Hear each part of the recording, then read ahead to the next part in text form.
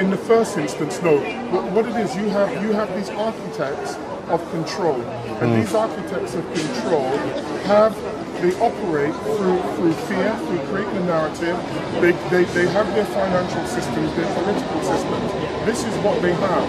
If you do not, in the first instance, understand that we have got to chip away at those architects of control and destabilize this financial club and political club that they have built, nothing will work. In the first instance, if you were to have one leader right now, today, we need to work from top to bottom, not bottom top. Let me just make my point very quickly.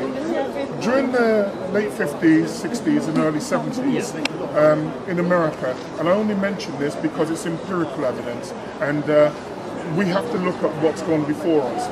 We knew, for example, that parties like the Black Panther Party, and Black Panther Party, let me just say very quickly, wasn't set up according to what mainstream media narrative tells you why it was set up. It was a community thing. Essentially, the government at the time saw what they saw the problems, the independency of the Black Panther Party, and the fact that it was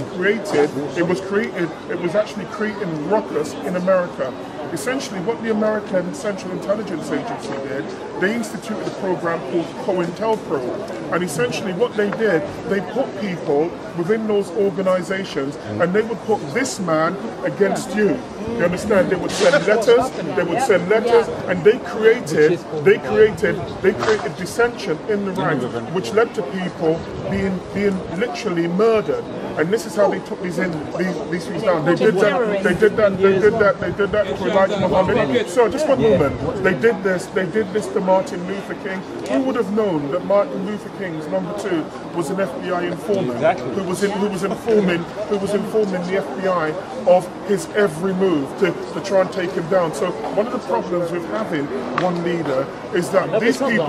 No. I'm just speaking generally. One of the problems in having a singular leader right at this moment in time makes him an easy target based on the empirical evidence and how these people work. Because we know, for example, with this country, one of the reasons why this country can control probably 80% of this world is that they had a very unique ability of sending groups of extremely violent men around the world to enforce their goals and their ambitions.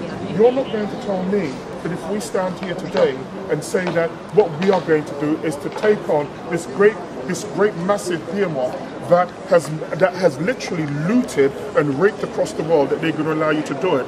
So I'm saying that in the first instance, you chip away at them. And the proposals that I've made are not very difficult in order to chip away at them, because essentially what you're saying to them is, we don't want to go to war with you, and if they are clever, they will not want to go to war against us. You understand? They won't. Not if they're clever. There is no, like, take the Arab Spring, for instance. I did say if they were issue clever. is simple, because if you